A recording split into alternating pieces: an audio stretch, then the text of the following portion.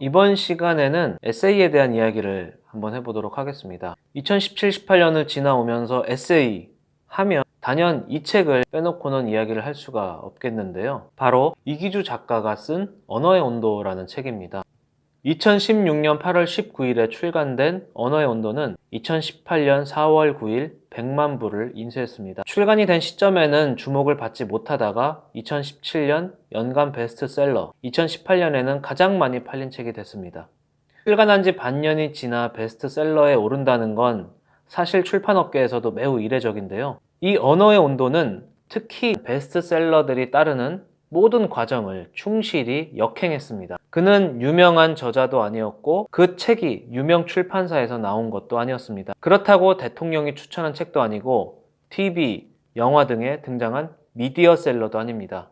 그런데 판매량은 기록적입니다. 그만큼 출판계는 오래도록 이기주 미스터리에 시달렸습니다. 그는 서울경제와 헤럴드경제에서 8년간 기자 생활을 하다가 2010년 청와대 비서관실에서 연설문 작성가로 활동했습니다. 신춘문예나 문학상을 통해 등단한 작가는 아니지만 사실 따지고 보면 10년 넘게 글로 대중들과 소통을 해왔다는 것을 알 수 있는데요. 출간 이후 출판업계에 돌풍을 일으키고 있는 그가 매우 궁금했습니다. 책을 만들면서 다른 저자의 책을 구매를 할 때면 습관적으로 제일 먼저 책의 후면에 있는 판권지를 살펴보곤 합니다. 왜냐하면 그곳에는 도서에 대한 정보가 담겨 있기 때문인데요. 그의 책 판권지를 살펴보다가 한 가지 흥미로운 사실을 발견할 수 있었습니다. 바로 발행인 정보였는데요. 발행인은 보통 해당 책을 출간한 출판사 대표의 이름을 명시하곤 합니다. 당시에는 짧지만 출판업계에 몸담고 있으면서 그래도 웬만한 출판사의 이름은 다 안다라고 생각을 했었는데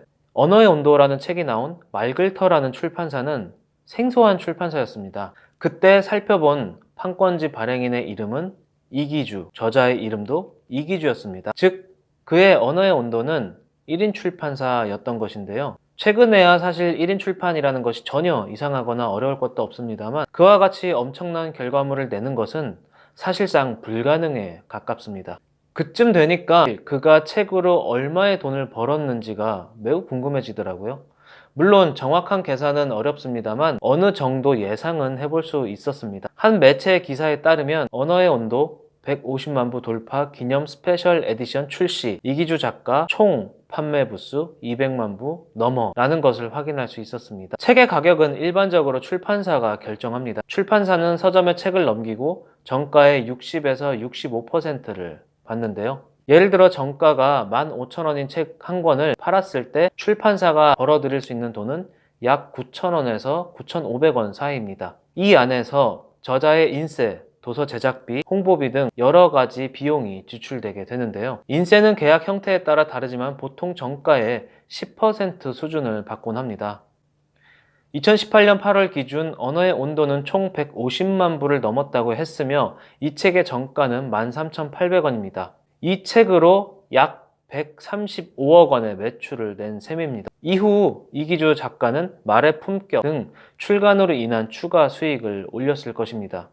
때문에 그가 100억 원을 벌었다라는 말이 전혀 근거가 없는 이야기는 아니라는 것을 알 수가 있겠습니다. 이기주의 책을 두고 많은 이야기들이 오갔습니다. 어떤 사람은 그의 글을 통해 위로와 따스함을 느꼈다고 한 사람도 있었고요. 또 어떤 사람은 현재 대한민국 에세이 수준의 하향 평준화에 기여한 도서라기도 합니다. 사실 양쪽 의견 모두 들어둘만 합니다. 이번 영상을 통해서 언어의 온도가 왜 그렇게 선풍적인 인기를 끌었는지에 대해서 알아보도록 하겠습니다. 첫째, 그는 다작을 한 저자입니다. 그는 언어의 온도 이전에 이미 6권의 책을 출간한 저자입니다. 한 사람이 평생 한 권의 책을 내기도 어려운데 6권의 책을 쓴 저자라면 분명 대단한 일임에는 확실합니다. 하지만 더 분명한 것은 6권의 책 모두 실패를 했다는 것입니다. 여기서 말하는 실패는 아주 많은 판매고를 일으키지 못했다는 것인데요. 그럼에도 불구하고 그의 책들이 의미가 있는 것은 그가 책을 통해서 실패를 거듭할 때마다 독자들이 원하는 글을 찾아내 나가지 않았을까 하는 생각입니다. 글은 쓰면 쓸수록 좋아집니다. 글만큼 시간과 노력 투입 대비 정비례하는 것도 없습니다. 그는 매 출간마다 되지 않는 이유들을 찾아냈을 것입니다. 게다가 기자 출신인 직업 덕분에 사물을 관찰하는 능력 또한 매우 뛰어났겠죠. 세상을 냉철하게 관찰하는 눈과 부드럽게 풀어내는 감성, 이 두 가지 요소가 시너지가 났음은 분명할 것입니다. 두 번째, 그는 주로 소셜미디어를 이용해 대중들과 소통을 했습니다. 2014년도부터 인스타그램을 개설해 대중과 소통을 해왔습니다. 자신을 해시태그하는 사람들에게 일일이 좋아요 버튼을 눌렀고 댓글을 통해 한층 더 그를 가깝게 느끼도록 했습니다.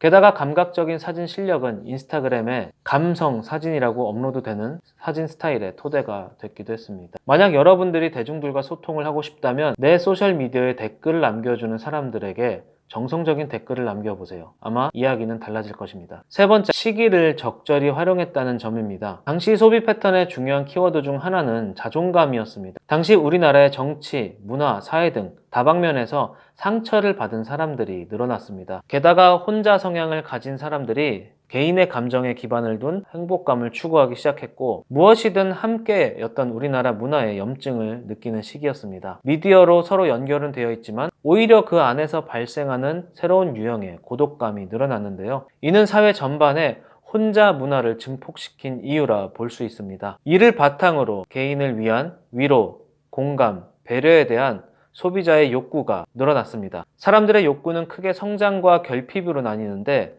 결핍 중 자존감에 대한 욕구 충족이 소비에 있어서도 결정적인 요소로 작용했습니다. 때문에 당시 발간된 이기주 작가의 도서는 지친 젊은 사람들의 마음을 위로할 수 있었고 이것은 확산의 장점인 인스타그램의 좋아요를 통해 폭발적으로 확산됐습니다. 자, 마지막 네 번째는 출판시장의 트렌드입니다. 그의 책 출간 당시 출판시장 100위권에 오른 책의 평균 쪽수는 340.5페이지로 최근 5년간 가장 적은 것으로 조사됐습니다. 책의 크기 또한도 마찬가지인데요. 평균 가로 길이가 149.2cm로 역시 최근 5년간 가장 작은 것으로 나타났습니다. 작아진 책은 도서의 주 구매층이었던 20대에서 30대 여성들의 핸드백에 들어가기 시작했습니다. 판형을 줄이는 경향이 두드러지면서 책 한 권에 들어가야 할 텍스트 수도 급격히 줄어들었고요. 속도가 생명인 젊은 독자들에게 작은 책은 읽기 편한 책이 되었습니다. 게다가 상하 좌우 여백이 넓어지고 줄 간격 또한 넓어지면서 책에 들어가는 텍스트가 더 많이 줄어들게 되었죠. 저자가 이 부분을 의도했는지는 알 수 없지만 돌이켜보면 언어의 온도는 분명 독자들의 사랑을 받을 만한 요소가 있었습니다. 그 중심에는 트렌드와 그것을 읽으려 하는 저자가 있었습니다. 내가 쓰고 싶은 책과 세상이 원하는 책, 그 둘 사이에서 고민하는 분들은 이 영상이 도움이 될 것입니다.